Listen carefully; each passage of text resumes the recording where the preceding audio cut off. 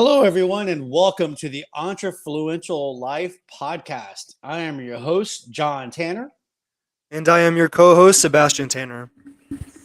Thank you for joining us on this beautiful Tuesday on June 7th, 2022. This is episode 6, and today we are going to have a special guest. We're going to be joined by Carmen Oulahan. She happens to be my cousin, and she'll be coming on board at 8 p.m. And we're going to go ahead and start the show off with our physical, mental, and spiritual tips, as well as the entrepreneur tip of the day and the influencer tip of the day. And to start things off, Sebastian's going to take it away with the physical tip. All right, so the physical tip for today is for people that are currently trying to lose weight, it is to maintain a caloric deficit. So, a simple way to put it, because sometimes people can overcomplicate things and trainers and they get very scientific and throw a whole bunch of knowledge out there that makes it kind of hard to understand for the average person that doesn't know a lot about fitness. Mm-hmm. For me, it's basically just you can download an app like MyFitnessPal. We can put a link to that in the end of the video. It's free. It's a free app that anyone can use, and you can track your macros. You can put in your height, weight, age, gender, and all of the specific details to calculate how many calories you should be having in a day. But essentially, if you're having around 1,500 calories a day, you're gonna want to go down to about 1,000. That way, you're in a caloric deficit because all that what caloric deficit means is basically just having less than you normally do. So if I have Okay. 2,000 calories a day, or for me, I was having around close to 3,000 around there. Right now, I'm having 2,300 calories a day, so that's my deficit. And it all depends on how much fat you want to lose a week and everything like that. But basically, it's just consuming less calories.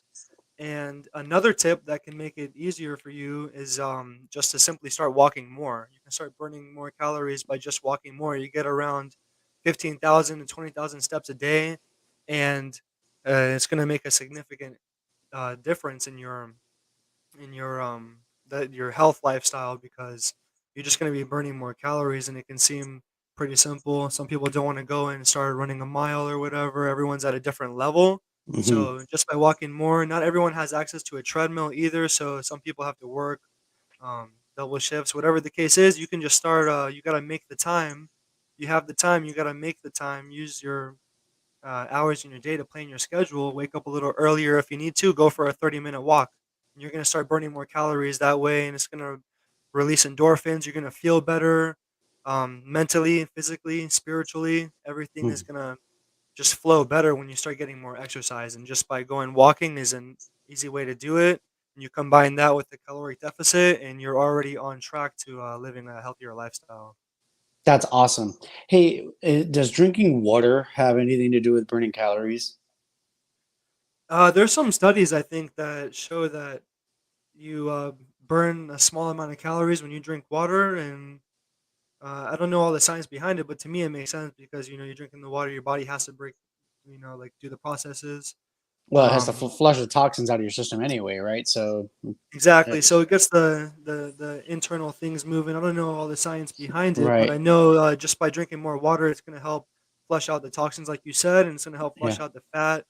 Okay. Everyone should drink about a gallon of water a day, and it's just going to help you boost your metabolism as well. So a gallon is that's more than what is like they say eight glasses, or is a gallon 8 glasses? I don't really go by glasses. I just go by bottles. So some glasses Yeah, are eight tall, some glasses are small. So I 16 just ounce do, bottles. yeah, yep. Yeah. So Okay. eight 16-ounce bottles, I believe, is 1 gallon of water. So Okay. really, like I guess you can get away with having like 6 bottles, but you really want to have if you're living a more active lifestyle, you really want to have a gallon of water a day because you want to have for people that are lifting weights, you want to the muscles need the water, and Hmm. so the Drink more you drink as drink the much. water, it's just gonna help you out. Like the body needs it. The body needs it. So when you're Okay. living a healthy lifestyle, active lifestyle, you got to drink more water. But I think just in general, I don't know. Like I said, I don't know all the details, all the science behind it. But I Yeah. just know that just for the average person, you start drinking a gallon of water a day, you're gonna be using the bathroom more. it's going to cause you to start walking more. It's just going to be good for you. And Yeah, well, this heat, I know, like, I think I the average welcome the water person in the needs heat. like 4 to 6 bottles. So Mhm. I don't know. I don't know. We'll stick How to much? 8 because like that's the standard, right? Like everybody knows eight That's how I like bottles. to That's keep it. it. I just like to keep it Yeah, simple. Like go the full yeah, 8. Like why not just yeah. go and drink the full gallon? You know? But the key takeaway for the physical tip of the day, though, is calorie deficit. So, like, if my body Exactly. naturally burns 2,000 calories in a day, I want to eat 1,600 calories or 1,500 calories. That 400 deficit that I'm not taking that I should be taking to hit an even kill, a zero sum, that deficit is going to allow me to burn fat, right? So I can lose weight. Exactly. And so when you do that every day over the weeks, the months It go adds up. by, you're slowly there's more calories. You burn the 400 calories on Monday, then Tuesday, Wednesday. Oh, Do that yeah. 400 times 7, and then if you keep it Yep. up, but then the 2,800 a problem is some week people. is cheat. Yeah, and you gotta follow the. It's really important to follow a diet, like a clean diet too, when you're trying to Doing do that. this. Because some people try fad diets and crash diets, and it just reverts to them. They end up binging right afterwards. And that's So a problem. Yeah. Then they take on that's way the too problem. much calories, and then now they're adding fat back onto their body as opposed to cleansing. So yeah, yeah, yeah. That makes sense. Right. Just Exactly, moderation. Everything in moderation. Small steps, baby exactly, steps. Beat the turtle. exactly. Cool. Okay. Well, let's go ahead and do the mental tip of the day. Then, are you? And thanks for that. I'm gonna make sure that you give me that MyFitnessPal app link so I can put that into the notes. That'll be great. All right, Is there a fee for that, or is that free? it's free. It's free. Yeah. Cool. Awesome. All right. So for the mental tip of the day, I have the 12 Rules of Success by Earl Nightingale. And so I'm going to go ahead and read those off to you. And I'll type them into the show notes as well. I think what I'll do is I'll put a link to my website and I'll type it into my johnwtanner.com website, and then you can read it from there. There's 12 of them. Let me just read a couple of them to you because I don't want to take the whole time up with them. It takes a little while. So the first one says, it is our attitude at the beginning of a task which, more than anything else, will affect its successful outcome. The second one is, it is our attitude toward life which determines life's attitude toward us. The third one reads, we are interdependent. It is impossible to succeed without others, and it is our attitude toward others which will determine their attitude toward us. Number 4 is, before a person can achieve the kind of life he wants, he must become that kind of individual.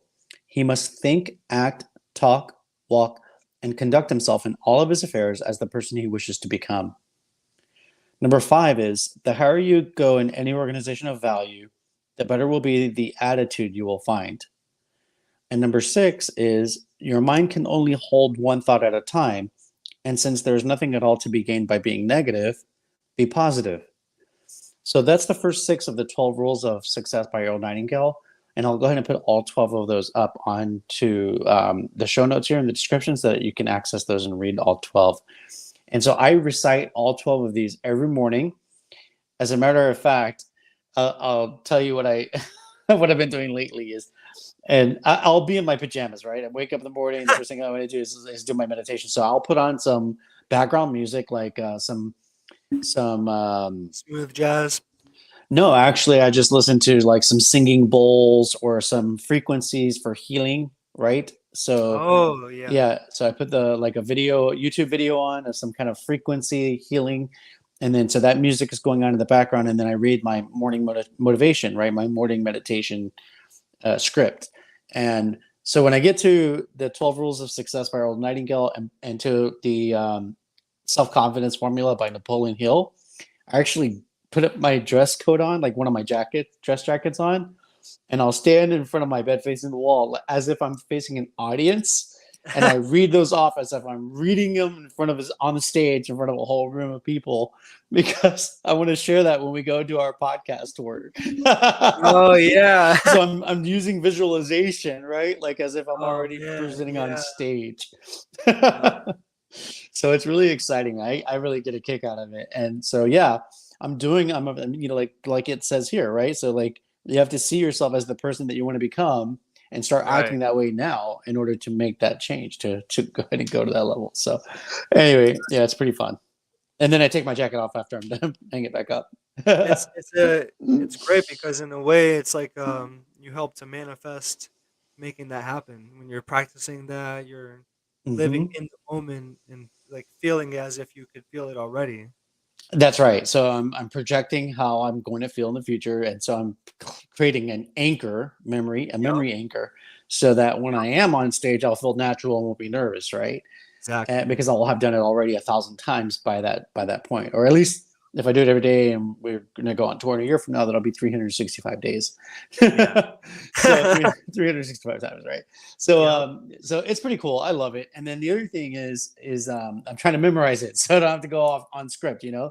So Oh yeah, I'm exactly. reading it off my cell phone. I'm like, right now I have it on my show notes. So I was reading off show notes, but Oh I have it on my yeah. cell phone, and so I read it off my phone, and I want to get off phone. I want to have it memorized. So like if I was an actor still, I would be Exactly. forced to memorize it. So I'm trying to memorize it by walking through the act. It Yeah. helps. And on my wall, your picture is on that wall. So at least I have one member, like a face of an audience. Oh my gosh. You just I'm pretend that I'm watching. yeah, man. So if you ever feel like I'm talking to you at 5 o'clock in the morning, it's because I'm doing my routine. I Like was wondering why I was waking up early to go to the bathroom. you're like, what? I feel like my dad's talking to me right now. Oh my gosh. You're like, no, no, I know. That's so funny. Anyway, all right. So that's the mental tip of the day. And I'm going to turn it back over to you, Sebastian, for the spiritual tip of the day. All right, yeah. So the spiritual tip of today, the topic is focus. Let me just get this. Well, I'm sorry. What was that? Can you hear me good? Yeah, I can hear you fine. But what was it that you're saying? The spiritual topic of today is focus. So I was just getting my notes here together. Okay, cool. Very cool. So, what's the next part of the session here? What are we going to talk about next? The spiritual topic of the day, Yeah, what is it? focus. Oh, focus. Yeah, yeah. Okay, let me Oh my gosh. focus. Hmm. All right, ready? I am ready. I'm focused. Yeah. I see what you did there. All But right, so the passage, if I think I'm saying it right, Philippians 3:12. Did I say that yeah. correctly? Uh-huh. Yeah, you did. Okay, cool. Philippians. The Okay, town of Philippians. Philippi. Oh my It's gosh. like Yeah, saying the you know, I should know how to Miamians. say this by now, right? Like the town of Philippi is like saying the Miamians. Oh my gosh, yeah. All right, so the passage is not that I have already attained or am already perfected, but I press on, that I may lay hold of that for which Christ Jesus has also laid a hold of me. And Dr. David Jeremiah says, when you focus on God's path for your life, His purpose, His perspective, His plan, and His prize, He will guide you on your journey. And I think the key takeaway from this is that you don't want to allow your past to control you or today's chaos to distract you from focusing on God before you. So we get distracted with everything going on in our lives. We get caught up and we start going through the emotions, and it's in a way it's almost like we're not really living. Like we're just doing the same routine every day, but we're not really changing anything. We're not trying to get better. Sometimes we just get caught in the rut. It happens to all of us. We get in a funk. And Yep. basically is saying to not let any of these outside factors distract you. You got to snap yourself out of it and get Hmm. back on track. And you got to make your one thing the main thing, which should be living a God first lifestyle. Because once you start doing that, then everything else falls into place and you don't have to worry about all the small details. You can, one of my old employers told me something. He said, control what you can control. And when you think about that, we can't control everything that's always going on. But Hmm. if we can just control our perspective and live, when you live a God first lifestyle, it changes your perspective on the world and other people and everything that goes Hmm. on in your daily life. A So hundred when you start percent. controlling just how you have a, when you control your perspective, I feel like that's when you can have some more peace because you don't have to worry about trying to control everything else is around you. You start being a Hmm. little bit more flexible. with what's going on Absolutely. rather than trying to stay concrete, because sometimes you need to get pulled out of a situation to get into a better one. Hmm. So we by doing that, we just leave ourselves open to receive whatever it is that we're meant to be receiving. And but yeah, And that's it. That's it. that's great. That's the topic of the day. To add to that, Sebastian, on Sunday, Dr. Jeremiah was talking about how today's young generation is so bombarded with noise. And if you Yeah, think about it, they really are. We have to be careful that we're not on our phone 24/7, 365, that we're not, yeah, that we don't wake up and turn and go straight to our phone and then go straight to the radio, the TV, the car, the radio music playing in the car, getting out of the car, going to work, all the sounds that we listen to at work, get off, and then repeat all that same process until we lay our head down on our pillow to go to sleep at night.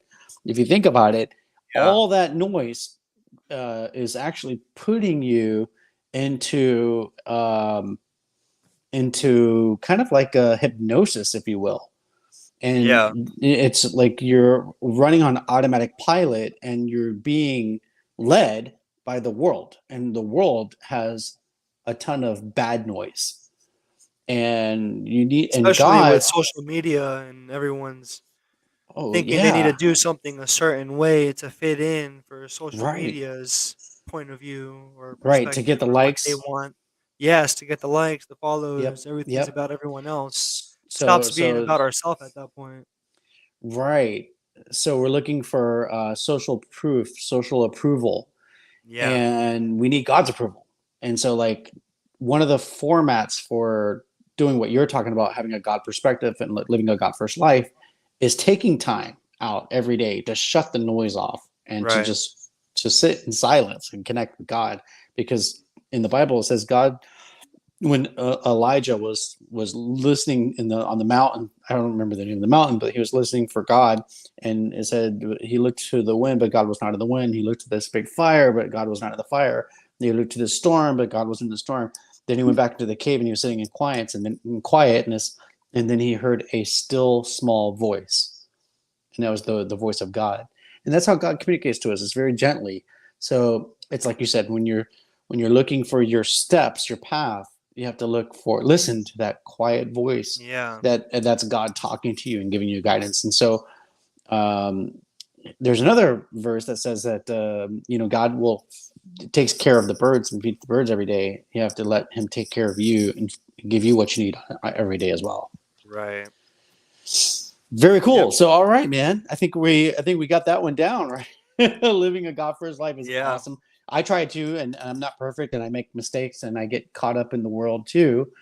But I remind myself, I thankfully, because of all the more you like get in tune with the Word of God, whether it be by reading the Bible or reading short scripts from the Bible that you get in a daily email notification through some other, some of the church leaders, that they provide this information to you.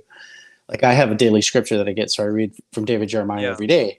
But whether it be that or diving in the Bible and then just reading a chapter or whatever, however you get exposed to it, watching TV on church TV, whenever, it doesn't have to be on Sunday, but whenever you plug in, and the more you do that over a period of time, the more wisdom you absorb into your system, and then that is another form of God's voice talking to you and guiding you, because He wrote these words. And even though the New Testament was written 2,000 years ago, the Old Testament's even older than that.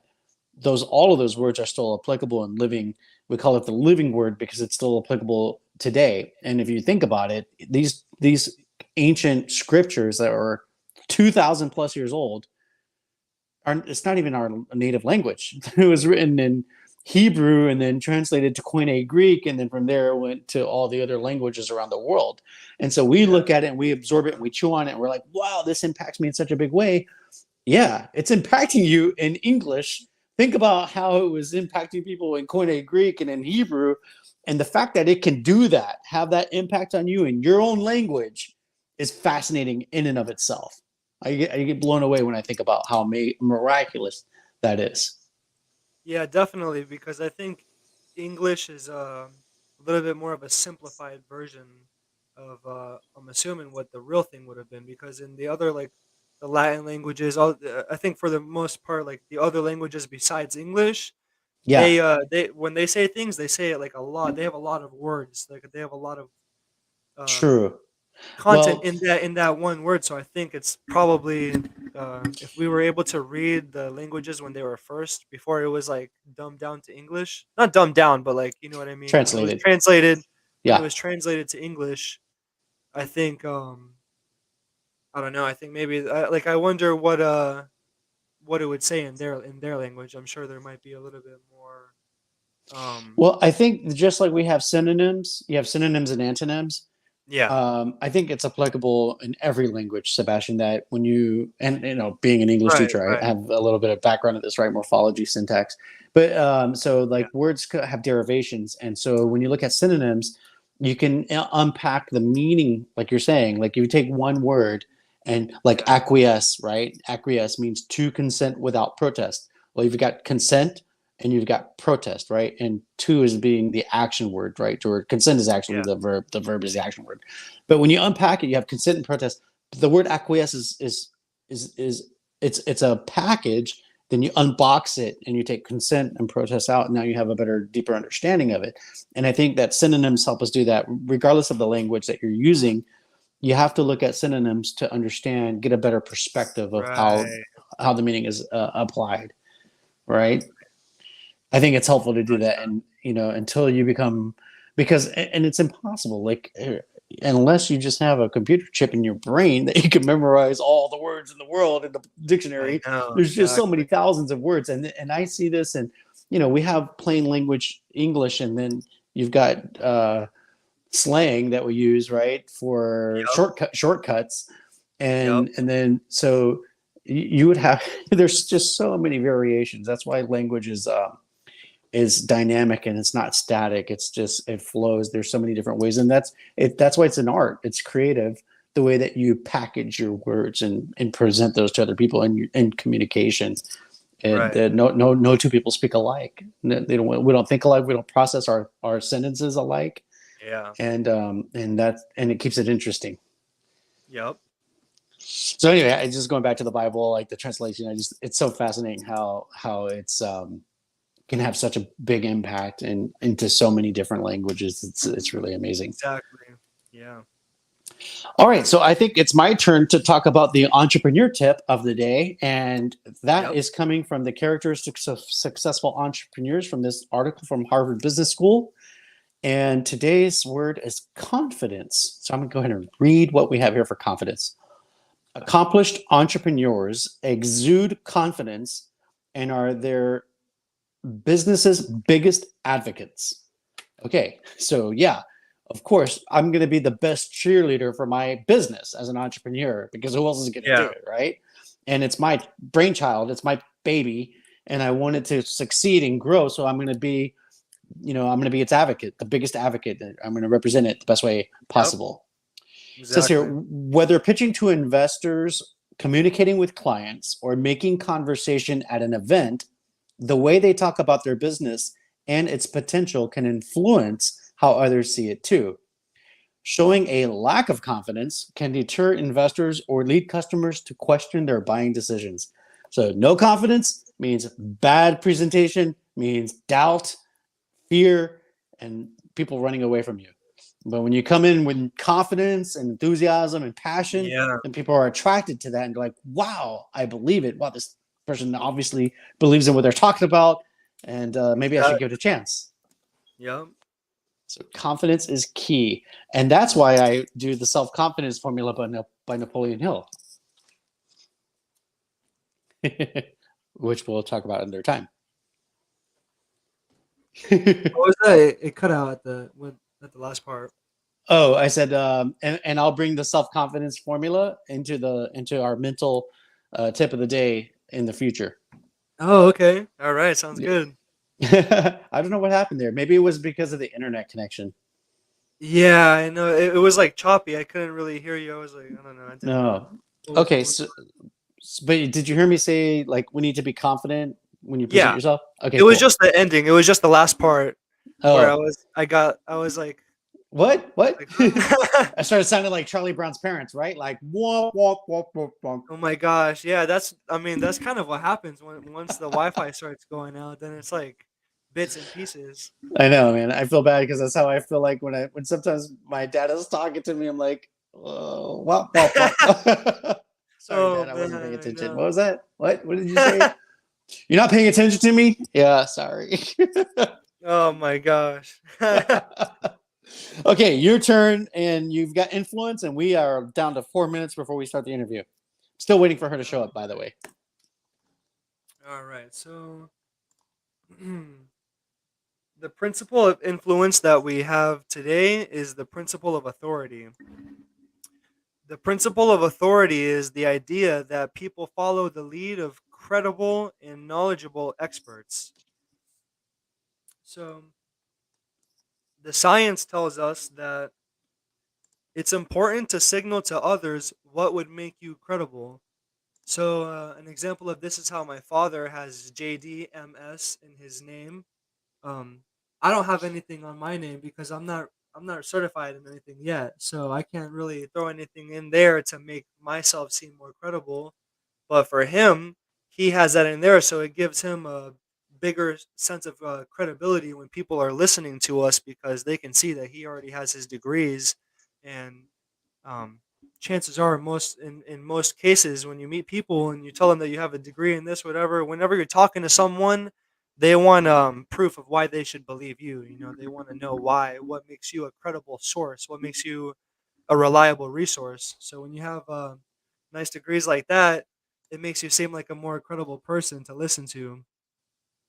And at the same time, this can present problems for you because you can hardly go around telling potential customers how brilliant you are. You know, you don't want to go around bragging to everyone, "Oh, hey, I'm certified in this. I have this. I got this. I got 7 degrees," Right, because then and you stuff start like sounding that. arrogant, right? Exactly. So you don't want to Arrogant, become obnoxious. arrogant. You want to be humble when you use when you flash your what degrees you have. Awesome. So yeah, we don't want to be arrogant, but we do want to use it In the proper setting. an ethical, right, in an ethical way, Exactly. so that we can establish authority because we do want them to believe in us, right? And that goes Exactly. into that goes back to the confidence tip too, right? So when you have confidence and you are authoritative, those are ways to influence, right? And influence is a big part of entrepreneurship. Yep. Is a way of influencing your client, your prospective client, to do business with you. So as long as you're using it ethically, then that's great. What was some of the other examples that we talked about, Sebastian, for using authority, like we do in the podcast? Remember that? Um, I think So I when went over we, that. How you have the oh, did you? JDMS. Oh yeah, well that's one thing, but then also the people that we bring in. So like if you bring Oh, in a, yes, exactly. So, yeah, so basically, anytime that we bring in a new person with a different field of expertise, it mhm, gives our podcast a little bit more of a authority, that has that authority because whenever we're talking about that, it's like, hey, we have this guy right here. They're successful in their business already, so mhm, they're already doing it. They've already have proven success, so right? it gives us more credible, more gives us a Social more proof, credible source. right? Excellent, excellent. All right, listen, we are at 7:59, and at 8 o'clock we always bring in our special guest, and so let's go ahead and do that. We are joined today by Carmen Oulahan, my cousin Carmen. How are you, Carmen? Welcome to the show. Hold on one second. I I can't think hear it's you. I on don't know if mute. I have you. Let You me know see what? if I I can. had you on mute. I wasn't sure if you could I hear me got you. there. We got you now. All right. Hello, primo sobrino. Hello. It's a How pleasure. are you? So thank you so much for joining us tonight. Thank you guys for having me tonight. This is great. Thank you. I really appreciate it. Oh, this is awesome. So Carmen, please tell the audience a little bit about you so they can know who you are. Very well. So, Carmen Oulahan, I have started, I guess, from the time that I was very young. I think business was always my strength and my calling. I am a teacher today, and I incorporate, a lot of my, I would say, what I've learned in business into negotiating with my students. But part of what I do is also run my own businesses on the side. I'm also a professional interpreter for Spanish. Wow, Um, nice. and so, I guess what I really come to learn is that whatever it is that you do in life, business is really the key, and learning how to, improve upon your business, knowing what your why is, creating a foundation. Again, influencing. You guys were all talking about influencing, but the importance of really being able to hone that skill to sell yourself to whatever it is that you do.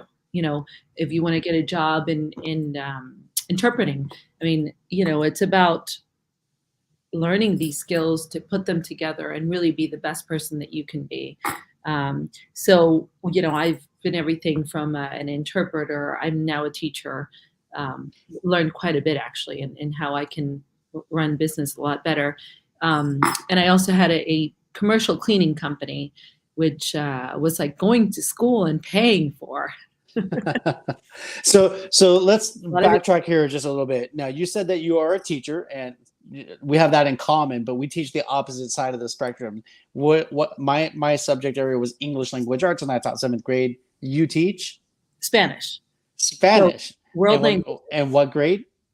I teach 7th grade. Same as me. I'm the we understand the whole package that comes into that one. absolutely. Yeah, so let me tell you, man, when you work as a 7th grade teacher, or any middle school or high school teacher grade level, as a matter of fact, it's just from K through 12. Let's just put it like that. K through 12. You are a guest speaker, you're a presenter every day when you show up to work, right? You have to Absolutely. You're doing presentations all day.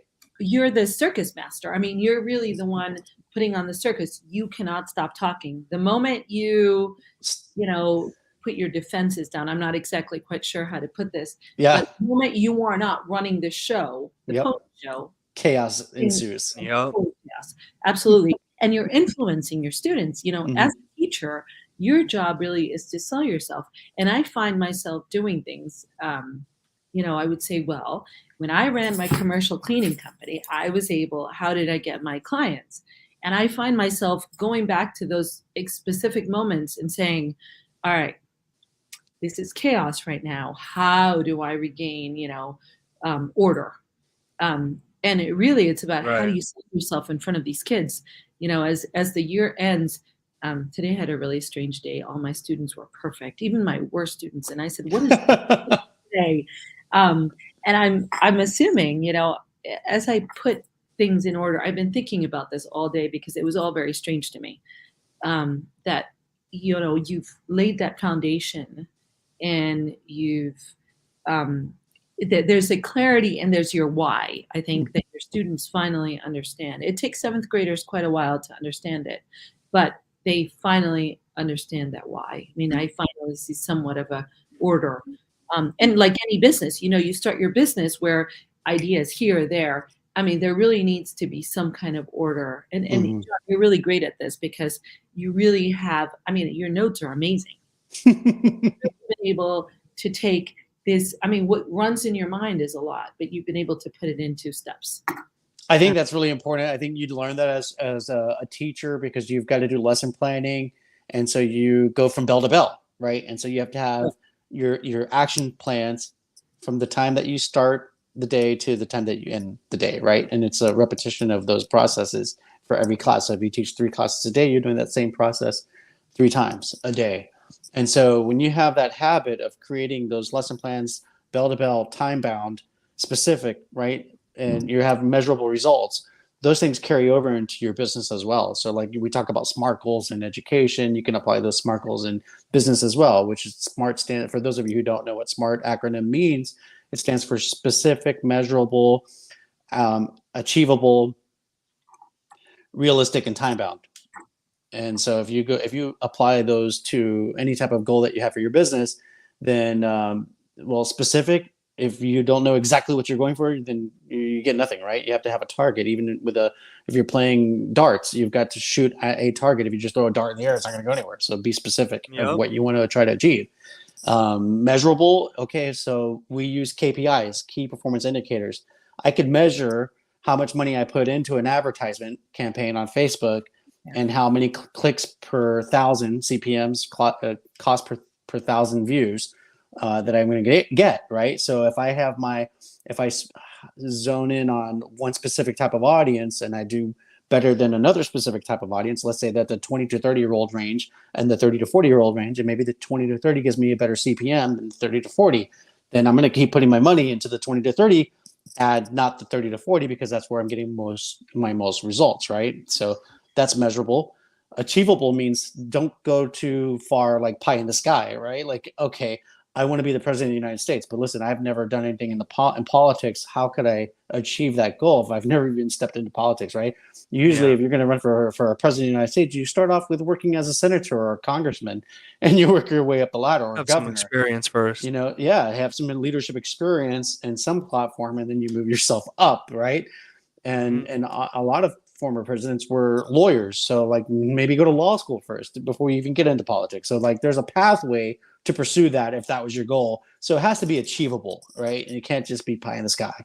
And then what else do we have? SMAR, realistic goal. Okay, so is it practical? That you could achieve that certain goal. And I'm so sorry, I'm taking away Carmen from your. No, I'm listening. Ideas that I'm going to add to what you said. Very cool. Okay, so realistic is like, can this be done? And is the time frame that you're working in, can that fit in what you're trying to achieve? Is it realistic that you can accomplish whatever that end goal is and your parameters of what you're given to work with? Okay, and then time bound is what Carmen has been hitting me with is, hey, are you putting time bounds on your goals? Because you need to have a time frame of when you want to accomplish specific tasks. Otherwise, it's never going to get done. So I'm like, yeah, I know that, but I'm not applying it so well. So I need to get onto my time bound. But now I do. I have one since we talked about that last time, Carmen. Good. I think we talked about it last week, and I said, you know what? I'm going to give myself a timeline to do one big goal. And so Sebastian and I decided on May 10th of 2023, we're going to start a 1-year tour and take our podcast show live and go 50 states in 50 weeks. And we're going to try to hit 2 cities in each state. So now we have a time bound. We got to come up with the money to sponsor this. It probably cost us about $10,000 just in fuel. And we need to make relationships. Maybe we can get some sponsors to give us. So if you're listening and you happen to own a hotel like Holiday Inn or something, we would love to have you as our sponsor and put your name everywhere and wear your Holiday Inn t-shirts and all that good stuff to get some hotel rooms and some locations and spaces to set up our podcast live tour. Okay? Oh, yeah. And real quick, to follow through on what you said, John, so you're both working together. I mean, and that really makes a difference that you have somebody, there's a follow through. Accountability partner. Yeah. Your Sebastian is your accountability partner. Yeah. And, it's very easy to reach, as teachers or whatever profession we have, or a lot of times if we have a single business, we work on our own and we think we're keeping everything to ourselves. But the reality is that we can share that and we find a mentor. I mean, it's really just reaching out to somebody who knows more than you or who has a different skill than you. And it doesn't necessarily have to be a business partner, but it can be, somebody who was your teacher in high school who ran your business program or who ran an entrepreneurship program. And it doesn't even necessarily have to be in that frame, but just having somebody that you have to follow through with, you're accountable to say, these are my goals. Yes, you don't reach your goals at time. You can't always do it. But then you rethink your goal and you reset the goals. My dad had a mentor at one point, and he talked about your questions that you had given me, and he worked with a company. He did really well at that point, where we were his accountability partners. So all his kids, he would write us a letter and say, "These are my goals for the week," and we would meet, and then talk about the goals that he accomplished. And it was just you can do it. Wow, I love that with your brother. But the fact that there's something in your brain that just clicks and says, I'm accountable to somebody. Don't, and yes, those goals will change and you have, things happen in life and we have to make adjustmts. Right. But the fact that we have somebody, to be accountable to really. I love that. Well, with accountability, there's also a sense of a need to protect your position, right? You want to protect your credibility And so when you put stuff out there, especially like on social media, when you say I'm going to do something, you put it out there, you're holding yourself accountable, and you don't want to go back on your word. You don't want to look like a person who is untrustworthy. And so there's now there's a duty to perform, if you will. I think that's one of the key aspects of having yourself making yourself having accountability partners. And I think coaches are good for that too, if it functions for you. I think coaches are, like you're saying, having a mentor or a coach is a good way for somebody to excel, especially if that coach or mentor, not only do they function as an accountability partner, just like a personal trainer does, right? Which is what Sebastian is doing. He's studying for his personal trainer certification, but also somebody who has gone on the path before you. They've gone through the school of hard knocks. They know what works and what doesn't work. And so you can lean on their wisdom. That's even more valuable too. Not only do you have them to check on you and make sure that you're following through with what you say you're going to do, but also they give you guidance. That's important. Yeah. I think writing them down. Yeah, I think there has to be a match between what you say and what you write. Congruence. Absolutely. Absolutely. So once you write it down, it's much easier to complete the task. You're not just telling somebody, but you're writing it for them and for yourself. Awesome.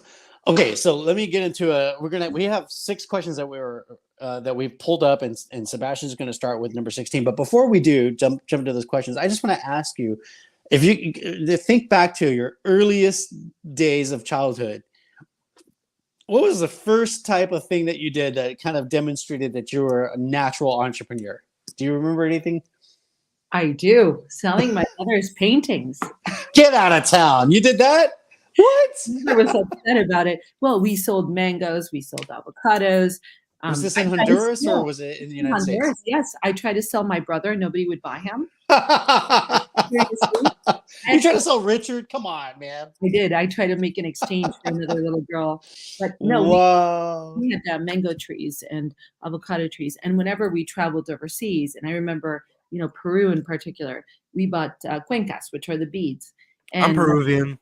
Yeah. Oh, there you go. The cuencas are beautiful. Yeah, on my mother's side.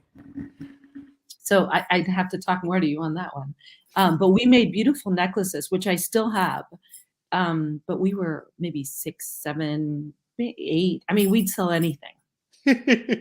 We loved it. That is so awesome, man. That's awesome. And you said your mother's paintings. Did she paint them herself or stuff that she bought in the marketplace? No, she painted them herself. Wow. I had no idea that she was my Aunt Diana was a painter. That's so awesome. Yeah, absolutely. Quite good, actually. She's but yes, I mean, that's when it all started. Even to this day, I'm actually doing I'm going to an event on Saturday, and I'm creating flip-flops from my photography. Oh, nice. I'll have to share the link with you. So Carmen is a really great photographer. She's got some really, really, really amazing pictures that she's posted on Instagram, and I guess they go on Facebook too. I love your artwork. She takes pictures of nature, and they're so gorgeous. I love looking at them. That's awesome. Yeah. So Diana does artwork. I want to see her artwork. You know what? You need to put her stuff on Instagram. I'll send it to you. That's very awesome. Oh, is she on Instagram? Does she have a profile? She does not, but I will see her soon. So I pictures in there. I have some in my house. I have 2 paintings. Very cool. Take us a picture and send it to me. I want to see it. That's so awesome. That's awesome.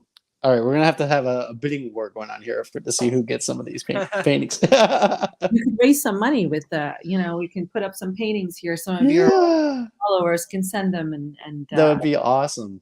An auction. Oh my God, we were just talking about last week. Were we talking about doing something like a prize, Sebastian? Yep. Yeah, that could be one of the prizes that we're going to think about. That's a great idea. Yeah. With some competition that we're going to do, we need some volunteers to give us some. My mom, I'll volunteer her to paint. Give her about a month or 2, she'll have it ready for you. Oh my God, that's so awesome! The Entrefluential Live Podcast special painting. That's so awesome. I was gonna say she could incorporate something with like the Entrefluential like in the corner. That would be great, right? Put it in like cursive or something like that. Sign it with her signature, of course, and with Entrefluential. Right, with a little microphone and TEL. Yeah, that would be awesome. That would be awesome. Oh, that's awesome. Okay, so Sebastian, let's go ahead and go to your questions. Your first question. All right. So the first question I have for you today is, what would you like to see happen in your business in the next 1 to 5 years? Um, that's kind of a big question, because one, you really need to think about what, a lot of business people have 20 ideas. And I think that's what a lot of Yeah. us can share in that, where we have a lot of ideas, but really being able to hone on one or two. I do believe that you should have more than one eggs in a basket, but at the same time, to be able to manage every egg It's in the basket. important not to get lost in all the Yeah. ideas. And I think that's where time management comes in, and really creating a list and organizing. This is point A, B, C, D, Right. and that isn't very difficult, but that really allows for doors to open and for you to be able to focus on, or us to be able to focus on whatever business that Yeah. we're really working on. But I think time management is really essence of this. You know what your schedule is, what your crazy life is, your children, your home, but Yes. being able to separate what days of the week can you do this, how many hours, how many minutes, even to the That's minute, even great. if you Yeah. only have 10 minutes, it adds to this.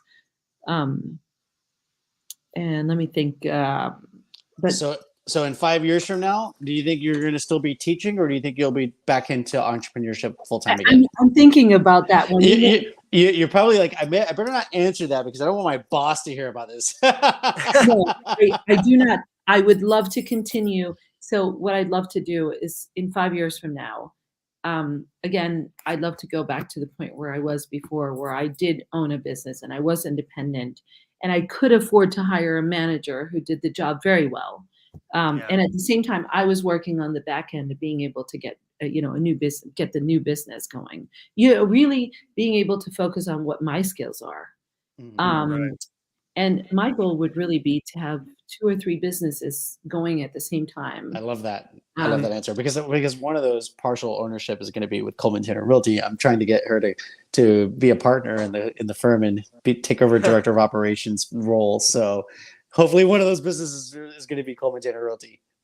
But teaching will always come with whatever business we do. I think, you teach people, but then you let them run with it, because everybody That's great. takes that little bit that they learned, but they do it in their own way. And being able to allow people to be the best version of themselves in whatever business they do, or whatever, being the student or being whatever it is.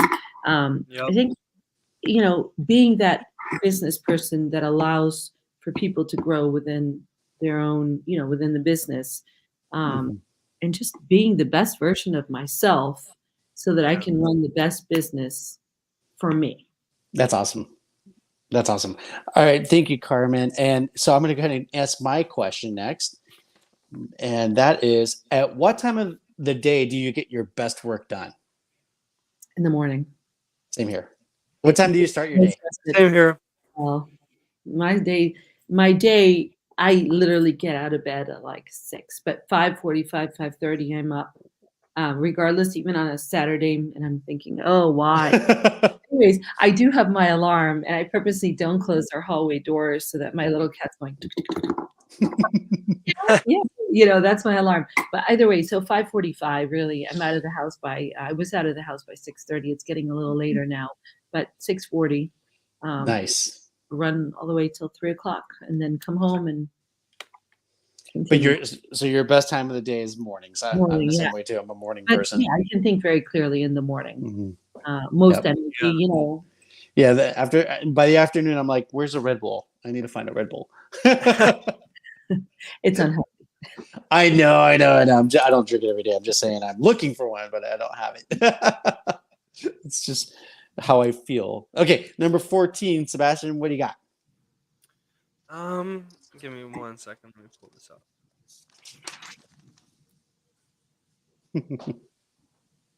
All right. Question 14. What does everyone in your industry agree on?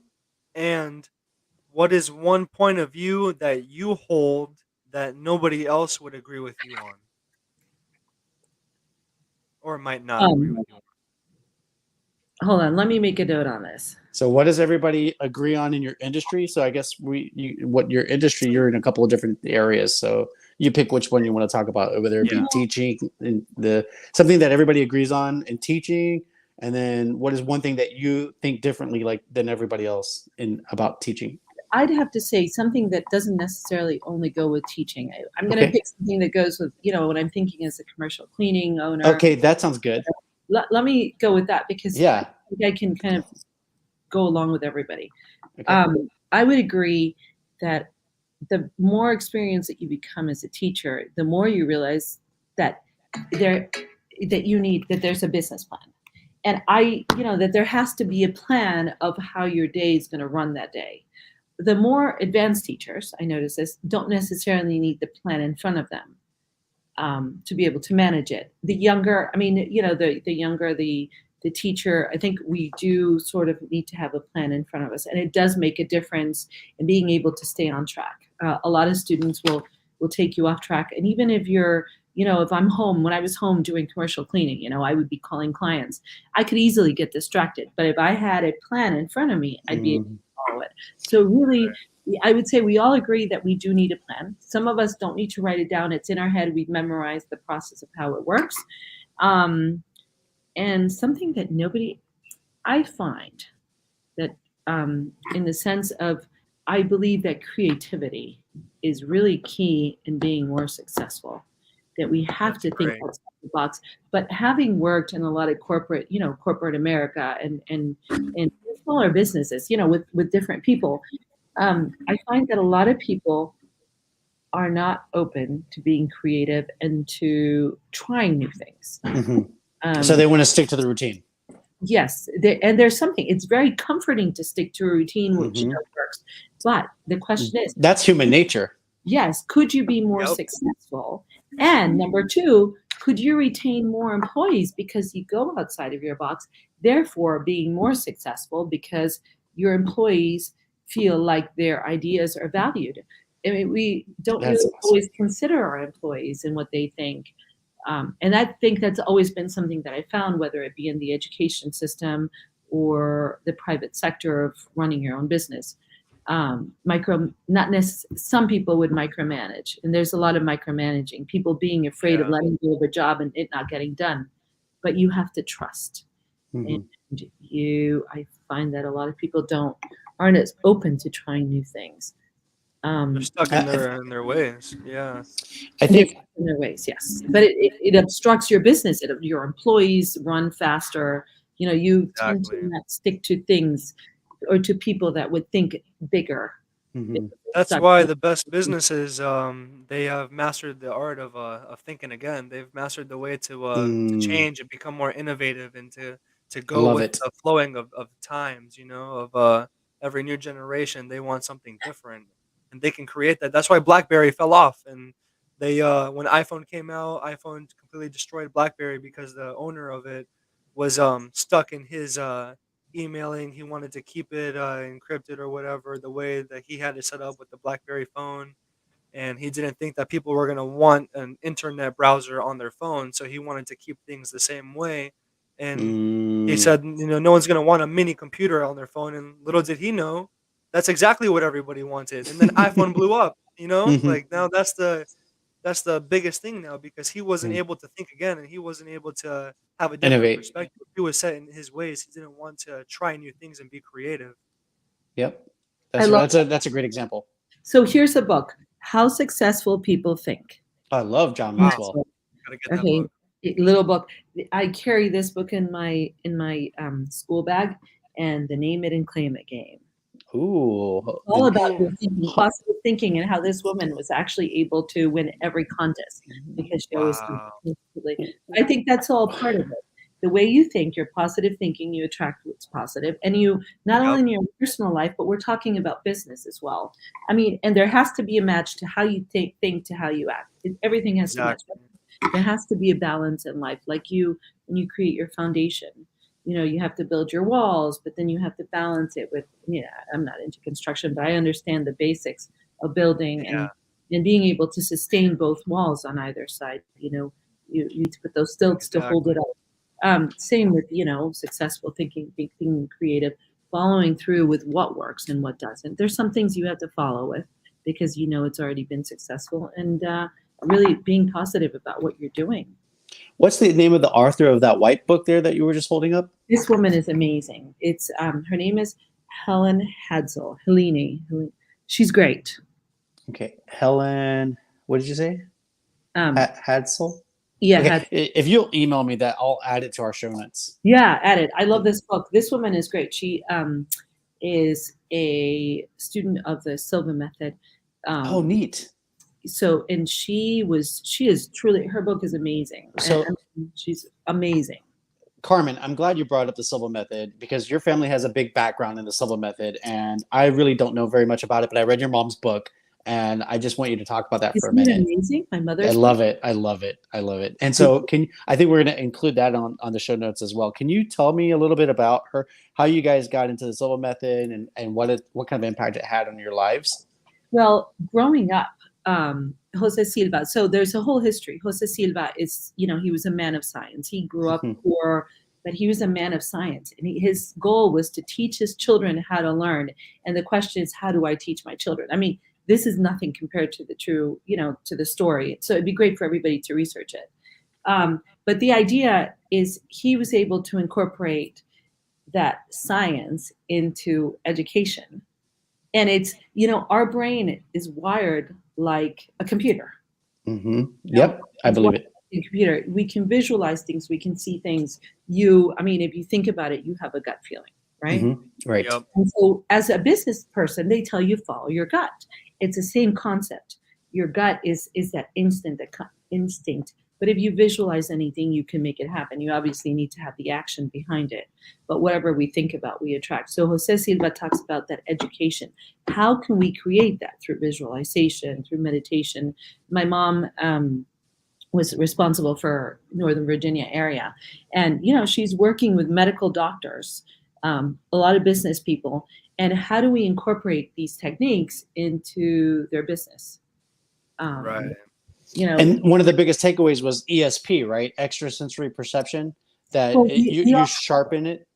Yes, we all have that. I mean, that's your gut feeling. Right. And you sharpen it by doing these activities, right? Yes. And meditation. I mean, here's the thing. There's a whole science behind it. Your brain has different wavelengths. When you sleep, you have right. alpha. So you have alpha, theta, beta, right? Yeah. I don't remember the specifics. My mom actually have my mom on one of these. She could give you a whole science behind it. That's great. I love it. They're very good. I mean, they're my parents would be great, but my mother could really show it to you in more detail. And I know it's just hard for me to kind of explain it. But without getting into the nitty gritty, have you seen application of it in your life? Like, have you been able to manifest your things that you've wanted to achieve in your life from using the Silva method? Yes. It's the law of attraction, right? Yeah, it is the law of attraction, but they teach you how to put it into practice. I mean, even with your own healing, a lot of it through visualization. I always do that through visualization. But I think more importantly, I would say when I was growing up, I had a lot of problems in school. I mean, I had issues. I have ADHD, I had ADD, you name it, dyslexia. And so I put the techniques that I learned, they were like memorizing techniques. It was funny because I could visualize a word, if I couldn't remember the numbers or how to do a math problem. Yeah. I made a little story based off of it. And I always felt like I would do a little bit of a meditation. I'd close my eyes in class, kind of take deep breaths. And I would visualize this whole story of the entire math process for algebra, for example. And so I noticed, and my mom noticed that my grades went from like C's, I tried hard with a C, but all of a sudden I was B's and A's. And I did really well. And so my mom kind of took that and followed through with the program. And she, she does it in her professional life. And her book is great because they give you specific examples of how my dad was able to put that into practice in his everyday life and his work life. It really is. And you read the book. Did you read the whole? Yeah. Look, the examples are just real life experiences. And a lot of times we have those experiences. We just don't know how to transfer that. We don't know how to read our thinking. Or when you dream about something, how can you incorporate that into your life and really see that that's what's going on and your answers? I mean, solutions come to us every day. We just don't know how to read solutions. Hmm. 'Cause Exactly. we have And so ourselves you have to be blocked in. off. We have ourselves blocked off from the knowledge that's it's in all of us. You have to Absolutely. be in. You have to be in It tune. flows In through tune. us, but we don't hear it and we don't see it, but it's like right there. We're Yep. just not open to seeing it. Exactly. It shows up in different ways, but it's still generally. So like I'll give you for instance. I had a pic. I still have the picture on a 4x6 card of it's a black Cadillac XT5, and my last girlfriend back in Miami had a blue Cadillac XT4 or something like that, and I really liked that car a lot. So I got a picture, and I had this picture on a card, and I was looking at it. I'm like, okay, I'm going to get this car. I'm going to get this car. I'm going to get this car, along with a bunch of other visualization cards that I use. And what happened was I ended up getting instead of a black Cadillac XT5, I got a white BMW X3. But if you think about it, it's still a luxury SUV. I got what I was asking for, just in a different package. In a different way, yeah. Yeah. So like that's just like the universe works like that, right? It And I brings to feel like you that's what you how ask for, but sometimes it's a exactly. little different than what you're looking for. And as business people, Exactly. you know what? Listen to your gut. Like the moment you feel it, like you feel something good's coming. I told my It's your husband, intuition, yeah. yeah, no, I said, honey, we're getting something good's coming. And even he told me that, he was dreaming about, um, he was dreaming about deer coming to him and being friendly with him. And I said, he goes, I know something good's coming. So, deer, It's and Harry Potter. yeah, no, and it meant something in terms of money was coming, like lo and behold, it actually did. But a lot Wow. of times we have to interpret how we feel and what's, like with our children, we have that instinct. There's something wrong with them. They're really sick. Some days you're like, Right. get over it. But some days you really feel it. You're like, okay, I'm on top taking care of you because I really feel you're sick. Today, no, you're not. And we're usually right. I hope I Yeah. get a moose or an elk to come visit me. Hey, come to my house. You can see lots of deer. Yeah, but a deer is good, but an elk or a moose, boy, that's bigger. I can find you a male deer with With a bunch of antlers. I just Oh met man. in my house over here that Oh, that's awesome, man. That's awesome. We have alligators. There's an alligator in the no, lake behind. we have fish. We That's got it. gators and crocodiles over there. Well, crab season will be here in September. You can catch some crabs. Well, listen, Carmen, we had a few more questions that we were going to ask, but we already run up to our time. I'm just going to ask one more, if you don't mind, to close us out, and that is, if you could go back to your 18-year-old self and give you some piece of advice, what would that piece of advice be?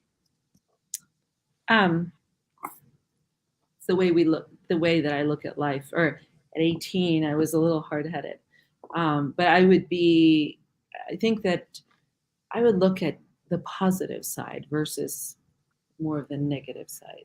Yeah. In life, we always have the negative side. And sometimes, Yeah. we're trying to get this, but that's not for us. So we keep on hitting that wall. But as a younger self, Yeah. we continue wanting to hit that wall, but we want It's like that a wall. course correction. Yes, you would know, you understand. It's only a few years for him. Yeah, exactly. But we keep on hitting that wall because that's not necessarily for us. I mean, our body knows it, our mind knows it, but we're just so hard-headed. But that's what I Yeah. want it. And sometimes, yes, and it hurts our feelings. It can be with relationships, with business, with anything. But like today, I ordered flip-flops, and I'm like, oh, they're going to come by Saturday. And so Hector says to me, Carmen, if the flip-flops are meant to be here, they're going to be here. If you're meant to do something on Saturday, I'm volunteering my time, but I'm also selling my flip-flops. If they're not here, they're not here. That's perfect. Right. Because everything's gonna happen as it should. Follow our next course. Yeah. That's it. Hey, by the way, I just thought of something. Sebastian, Carmen's husband, Hector, he's a minister. Is he a minister of music? Is that? He's a music director at St. Anne's Church in Old Lyme, Connecticut. I'll send you the link. I'll send you their Yeah. link. My husband made some beautiful videos with me. He's He became an editor. and he plays multiple instruments too, right? You guys have a baby grand piano in your house? Yeah. In fact, if you ever want him to play, I'll make sure that he's in one Well, of the shows for a minute, or two. Or that would be That's fantastic awesome. because That's Sebastian awesome. wants to create some Christian music. So, and I'm a musician, so like I think we need to have a jam session when we get together in your place in Yeah. Connecticut. we have Something like we have guitars and trumpets and violins. that's perfect because I was gonna say my style is a little bit more like a Linkin Park kind of a style, something like that. I feel like We can jam out with the electric there's guitars. yeah, some electric guitars, and then you can even I like to mix everything. And since he plays a lot of instruments, he has the knowledge of how can we bring a trumpet in here and make it fit into the song with a guitar, or how can we bring a piano with a guitar song, and how can we blend these two different instruments together to create almost like a different sound in a way. I'm sure obviously people have done it so many times, but It's always with his different though. knowledge, it'll It's be always perfect. He's music. trying to do Music that. is like painting. You always come up with something new. Exactly. He's trying to bring in some youth, and in fact, Sebastian, come visit us in Old Lyme. You're not too Yeah, far. you my need to daughter- go. Yeah, I Like, can. don't wait I for me, can. man. You go over there and visit. Get in I'm your really car not and go that over far there. away. Yeah, I know. It's just been Sebastian, you're I've had a always- lot going on over here lately, but now Yep. things are You don't mind if he brings his girlfriend with him, right? He needs some companion on the road trip. See, I go, love man. Take your to go girlfriend, go over with at you. my house. My house is the house to come to. There I you mean, go. We have Right. canoes and kayaks, and we have a boat. You Oh, I can love kayaking. I love boats. I love Go, fishing. I love Sebastian. You all need to of it. go I love visit. canoes. Yes. That sounds motorboat great. in the That back. sounds great. Yeah, we just got the motorboat working. So But you're gonna have to wait because she's going to Honduras for a little while. Oh, that's fine. That's fine. She's going on vacation. Wait till she comes back. the end of No August. rush. There you go. And then you can play the instruments. Yep. You need to start practicing. You need to rehearse. Gotta It's learn. been Gotta a learn while. first. Yeah. Gotta learn how to play. But Sebastian, when he was a kid, I bought him a drum set. I bought him a little keyboard. I bought him a guitar. I think I bought him 2 guitars. I think he had a red one. It was an acoustic, an electric guitar. I don't know if you had an acoustic one, a little one, when you were little, but I think you did. But I can't I remember. think It's been a long probably time. I had a small one, and then when I got Definitely. older, you got me the electric, Yeah. and I had that for a long time. Now I don't You have know. nothing. I don't know. He needs I have he needs to nothing now. rebuild. He's gonna start all Get over. you some instruments. I need Huh? to get some instruments. Yeah. Yeah, we can marketplace. Very. Yeah. I mean, even we have a Old Lyme free or something. People give away so many things. I'll keep my eye out on instruments. That's awesome. Perfect. Thank you. Wow. Thank you. I could use a triangle. Okay, I can get that from the church probably. Well, Carmen, thank you so much for joining us. It's been such a pleasure, man. Really. Thank you yes. so much. Oh, thank And you guys for both of you. What a pleasure. this was awesome. And please send me the names of those books and the authors so I can Yeah. add them in there. And the name of your mom's book too, because I don't know. My mom has it somewhere. So but she's on vacation. I now, will so send it to you. me. Send me the names so I can add them on there. Is her book on Amazon, by the way? Stay the honest. It's on Amazon. I'm going to send it to you right Okay, now. perfect. I'll even send you my flip-flop link. How's that? They are beautiful, actually. They really are nice quality. I wore them. I've been wearing them because I want to make sure that they work before I sold them. And I'm like, I love them. That is awesome. All right, let's do this. Okay. Thank you so much, Carmen, and have a wonderful, wonderful evening. And for the rest of you guys, you entrefluencers out there, you need to go out there and you need to amplify your message. Okay. That's right. Absolutely. And don't be afraid to do it. Don't be afraid to make mistakes. That's the thing. Right. we're Fail only forward. afraid of mistakes. Yes. Absolutely. It's always a lesson. Yeah, it's never a failure unless we stay down and we don't pick ourselves up. And even when we lose, we learn. 100%. All right. Thank you guys. Y'all have a fantastic evening. All right. Bye, guys. Bye. See you next Thank you. Tuesday. Have a good night. Bye-bye. All right. Bye-bye.